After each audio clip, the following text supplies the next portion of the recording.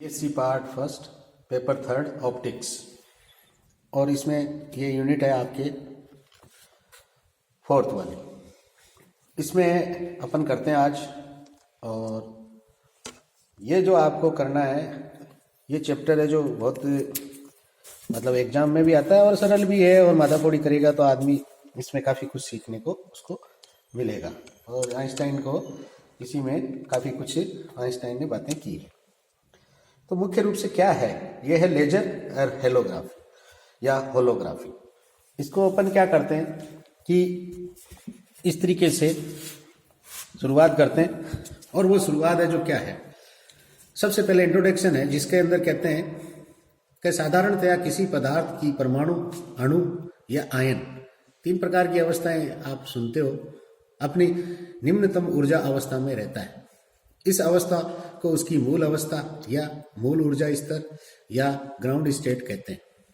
जब किसी क्रिया द्वारा इनकी ऊर्जा बढ़ा दी जाती है, तो 12वीं तक भी आपने पढ़ा है कि बेसिकली एक्साइटेड स्टेट को हम क्या कहते हैं, परमाणु की एक्साइटेड स्टेट, ये नया शब्द आया। ठीक इसी प्रकार से ये कह रहा है कि इनकी ऊर्जा बढ़ा दी जाती है तो ये उच्च ऊर्जा स्तर या उच्च ऊर्जा स्तर में स्थित रहते हैं। और अन्य ऊर्जा अवस्थाओं को उत्तेजित अवस्थाएं या उत्तेजित स्तर या एक्साइटेड स्टेट कहते हैं। मूल अवस्था में स्थित परमाणु का केवल अवशोषण मूल अवस्था में स्थित परमाणु ऊर्जा का केवल अवशोषण कर सकता है। ये ऊर्जा का अवशोषण या तो एक परमाणु के दूसरे परमाणु से टक्कर के कारण या उचित आवृत्ति के प्रकाश के अवशोषण के कारण हो सकता है। ये भी एक टेक्नोलॉजी है कि आप किसी को ऊर्जा देना चाहते हो तो ऊर्जा कैसे दोगे। तो ऊर्जा देने के दो प्रकार के मुख्य यहाँ स्रोत लिखे, और भी है पर वो टेक्निक्स हमारे यहाँ नहीं है, हमें उसमें नहीं पढ़ना है। हमें ऊर्जा का अवशोषण कर परमाणु मूल ऊर्जा स्तर से उत्तेजित ऊर्जा स्तर में संक्रमण करता है। ये ट्रांजिशन है, संक्रमण। यानी कि यहाँ जो शब्द लिखा है संक्रमण, जैसे कई बार क्या होता है, हम ये कहते हैं कि साहब कैंसर की बीमारी है जो संक्रमण का रोग है, तो इस वंशानुगत रोग है, ये इस तरीके के जो शब्द आते हैं, तो ये कहने का मतलब आपके पास में संक्रमण होने का मतलब ये है कि वह अपनी मूल जाति, मूल परिस्थितियों को, अपने गुणों को नहीं छोड़ पाता है। यानी उसकी ग्राउंड स्टेट तो रहती ही है उसके साथ जुड़ी हुई, अर्थात उसकी उचित शब्द बोल रहा हूं कि उचित एक्साइटेड स्टेट या उच्च ऊर्जा स्तर भी उसके साथ जुड़े रहते हैं। तो ये एक दूसरे के साथ संक्रमण ही या ट्रांजिशन ही कर सकते हैं। उत्तेजित ऊर्जा स्तर में परमाणु 10⁻⁻8 सेकेंड। यहाँ ये सवाल बहुत बार जीके में आया है, आईएएस में भी आता है कि आप ये बताइए कि उत्तेजित अवस्था स्तर में कोई परमाणु कितनी देर तक रहता है या कितनी देर तक उसमें स्थित इलेक्ट्रॉन उच्च ऊर्जा स्तर में स्थित रह सकता है, समय बताइए। तो ये है, और ये जो रेंज है ये एक्चुअली में किस तरीके की रेंज है, ये हमारे पास में रेंज है जो मुख्य रूप से विद्युत चुंबकीय जो इंटरेक्शन होता है या हम कहते हैं अन्योन्य क्रिया होती है, उसकी शुरुआत है ये इसका लोअर टाइम है ये। और इसके जस्ट नीचे यानी कि आपके पास में दुर्बल बलों का उद्भव होता है। तो सेकंड होने के पश्चात ऊर्जा उत्तेजित कर अपनी मूल अवस्था में आ जाता है। ये इससे ज्यादा देर तक रुकने की क्षमता इसको अगर हमें देनी है तो वह हमारे पास में क्या होगी, यानी कि मेरे को क्या करना है कि उससे वीक यानी दुर्बल बलों में बातें करने जाऊंगा मैं, यानी कि विद्युत चुंबकीय क्षेत्र में तो इससे ज्यादा देर तक नहीं रुक सकता। अगर इससे ऊपर जाएगी 10⁻10 तो ये होता है एक्चुअली में 10⁻8 से 10⁻12 सेकेंड। उत्तेजित अवस्था में मूल अवस्था में आने के लिए परमाणु ऊर्जा का उत्सर्जन निम्न दो प्रकार से संभव है। वो अब क्या करेगा भाई, आपको अगर मैं वापस नीचे या परमाणु को मैं वापस नीचे या मूल अवस्था में लाता हूं, या इलेक्ट्रॉन को मैं कहता हूं तो मूल अवस्था में लौट जाए, एक ही बात है, वो परमाणु मूल अवस्था में लौट जाता है, तो वो अपनी ऊर्जा का उत्सर्जन करना पड़ता है उसको। ये प्रक्रिया है। तो सबसे पहला तो है अविकिरणात्मक संक्रमण, नॉन रेडिएटिव ट्रांजिशन। जब उत्तेजित अवस्था से मूल अवस्था में संक्रमण करने पर उत्तेजित ऊर्जा उष्मा के रूप में यानी हीट के रूप में निकल जाती है। इसको हीट को हम हमेशा क्या कहते हैं, अविकिरणात्मक। जैसे हमारे शरीर के साथ में रेडिएशन द्वारा भी ऊष्मा हमारा शरीर प्राप्त करता है। इसके अलावा सारी की सारी प्रक्रिया है जो हीट के द्वारा ही होती है। तो इस तरीके की, यानी कोई भी अगर अपन मान लीजिए घरों में चूल्हा जलता है उसको भी हीट का ही रूप देते हैं। फिर है विकिरणात्मक संक्रमण यानी रेडिएटिव ट्रांजिशंस। जब उत्तेजित अवस्था में मूल अवस्था में संक्रमण करने पर उत्तेजित ऊर्जा बोर के सिद्धांत के अनुसार, बोर का सिद्धांत क्या है? बोर का सिद्धांत यह है, बोर ने अपनी हाइपोथेसिस बनाई थी, उसका वो सिद्धांत है जिसको हाइपोथेसिस को यूज किया गया किसके द्वारा? आइंस्टाइन के द्वारा। वो कहता है मूल अवस्था में जो उपस्थित है उसकी जो ऊर्जा है और उसकी जो उत्तेजित अवस्था में जो ऊर्जा है, उन दोनों का अंतर एच न्यू या एच न्यू का मल्टीपल एन भी हो सकता है इसके साथ में। यदि उत्तेजित ऊर्जा विकिरण की आवृत्ति न्यू यानी कि दृश्य प्रकाश की आवृत्ति की पारस में हो तो इस प्रकाश तरंग या लाइट वेव्स कहेंगे। और हम जानते हैं कि प्रकाश स्रोत में करोड़ों परमाणुओं में इलेक्ट्रॉनों की उत्तेजित अवस्था से मूल अवस्था में आने पर उत्तेजित अवस्था विकिरण या फोटोन ही प्रकाश होता है। ये हमारे को पहले से पता है, या सूर्य की जो भी कोई चीज है जैसे संलेन है, ये इस तरीके की जो घटनाएं हैं उससे हमें ये पता है कि उसमें फोटोन्स होते हैं। इस उत्सर्जन प्रक्रिया में लगभग 10⁻⁻10 सेकंड का समय लगता है। अर्थात इतने समय तक प्रत्येक परमाणु उत्तेजक परमाणु यानी प्रत्येक उत्तेजक परमाणु में एक तरंग स्पंद चलती है जो ज्यावक्रीय तरंग या साइनसोइडल वेव से व्यक्त की जा सकती है।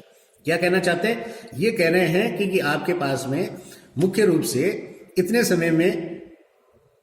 समय तक प्रत्येक उत्सर्जक जो भी कोई उत्तेजित अवस्था में उसको उत्सर्जक कहा है, परमाणु में एक तरंग स्पंद चलती है। तरंग स्पंद का मतलब क्या है? बेसिकली तरंग स्पंद का यह मतलब है कि भाई मैं अगर मान लीजिए क्या हूं? फोटोन।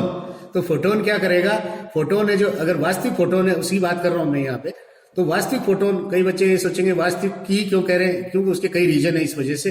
तो वास्तविक फोटोन है, तो वास्तविक फोटोन है जो इसकी प्रकृति तरंग की प्रकृति है, तरंग की प्रकृति है रहने का। आपको अगर डी ब्रोगली से कहेंगे तो कहने का मतलब कण के रूप में भी है वो, परंतु मुख्य रूप से जब तक उसको हम प्रायोगिक रूप से जिसके प्रति उसका भाव देखना चाहते हैं, उस भाव में ले जाना चाहते हैं, तो यहां हमने तरंग प्रकृति चूज कर ली। अगर हम चाहते थे या कण प्रकृति चूज कर लेते तो हम इसको समझा नहीं पाते, इसलिए हमने तरंग प्रकृति चूज कर ली। इसी को इसने कहा है साइनसोइडल वेव की तरह व्यक्त की जाती है।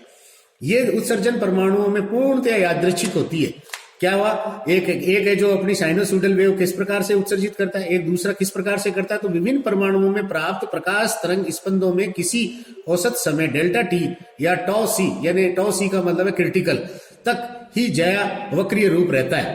अर्थात एक औसत समय हमने पता किया। औसत समय का सीधा सा ये मतलब है कि हमेशा एक ध्यान रखो कि कोई भी मेरा मीटर या मेरी घड़ी औसत समय ही पढ़ती है, इसलिए हमने यहाँ औसत समय का जो हमारा मीटर पढ़ सकता है उसके साथ भी तो चलना पड़ता है हमको। इसके पश्चात अचानक यादृच्छिक रूप में कला परिवर्तन हो जाता है।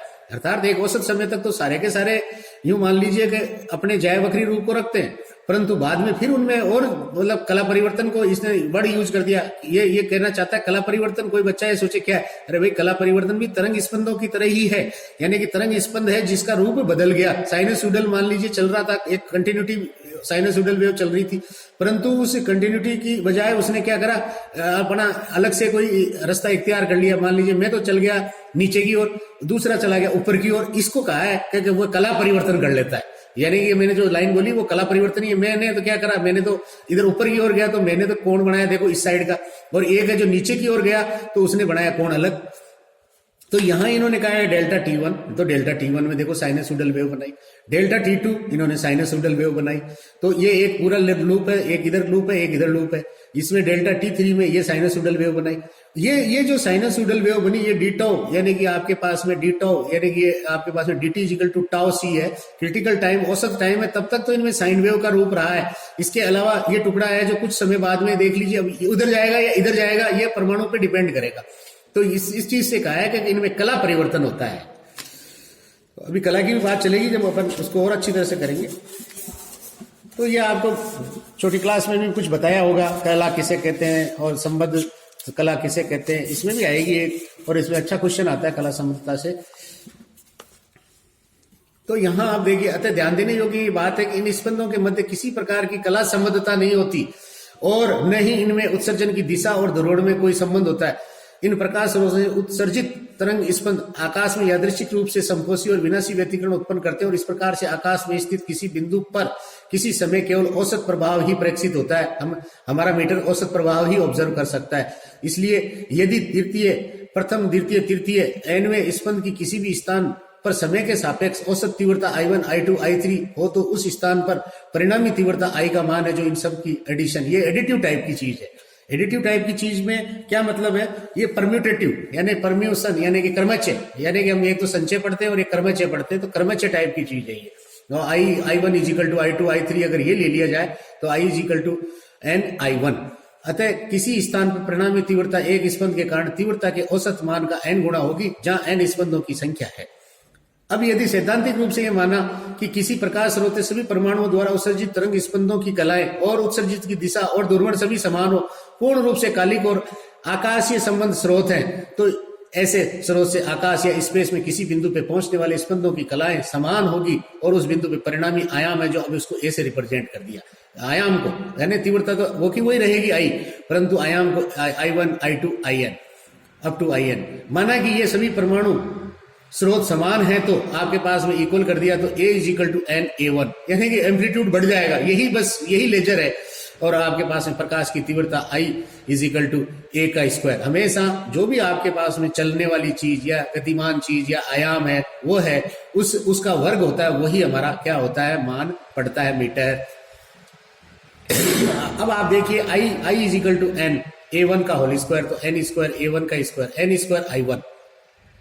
आगे बात तो क्या हुआ, I का मान है जिसको हमने देखो यहां पे लिखा था I is equal to N I1, और अगर हम इसको एम्पलीट्यूड वाले से लेके आ रहे हैं, एम्पलीट्यूड वाले से घटना से लेके आ रहे हैं, तो यहाँ n क्या था, यहाँ n था इसका मल्टीपल किसका, नंबर ऑफ आपके पास में I1, I2, I3 कितने थे टोटल, और यहाँ आपके पास में n क्या हुआ, n है जो आपके पास में आयाम कितने जुड़े, 1 आयाम, 2 आयाम, 3 आयाम, 10 आयाम, 20 आयाम जुड़े, उसका n का स्क्वायर आया। तो आपके पास में टोटल जो तीव्रता है उसका n और आयाम टोटल कितने, उनका वर्ग n स्क्वायर I1। तो ये थोड़ा सा अंतर है।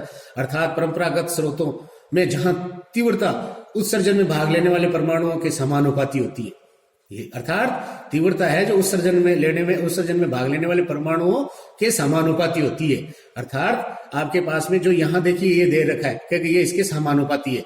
वही सैद्धांतिक तौर पर लिए गए प्रकाश स्रोत की तीव्रता परंपरागत स्रोतों के कारण तीव्रता की भी n गुना होगी, जहां n उत्सर्जन में भाग लेने वाले परमाणुओं की संख्या है। तो यहां क्या कह रहा है कि परंपरागत जो भी स्रोत है आपके पास में के कारण तीव्रता में भी n गुना होगी, यहाँ पे n गुना होगी। अर्थात n को डबल लिख लीजिए, n इंटू n लिखोगे तो n गुना होगी कि नहीं होगी। तो आपके पास में ये कह रहा है कि इस प्रकार अत्यधिक तीव्रता का पूर्ण रूप से कालिक और आकाश संबद्ध प्रकाश स्रोत जो शुद्ध एक वर्णीय प्रकाश उत्पन्न करता है उसे लेजर या प्रकाश स्रोत कहते हैं। इस प्रकार के प्रकाश कैसे प्राप्त या उत्पन्न किए जा सकते हैं, इसके नाम से ही नियत है कि लेजर का अर्थ है विकिरणों के उद्दीप्त उत्सर्जन के कारण प्रकाश का प्रवर्धन। उद्दीप्त उत्सर्जन के कारण प्रकाश का प्रवर्धन, उद्दीप्त शब्द अभी आगे आएगा जब बताएंगे, तो light amplification by stimulated emission of A radiation. तो ये आइंस्टाइन ने आगे थ्योरी दी है, तो अपन इस थ्योरी को आगे करेंगे। धन्यवाद।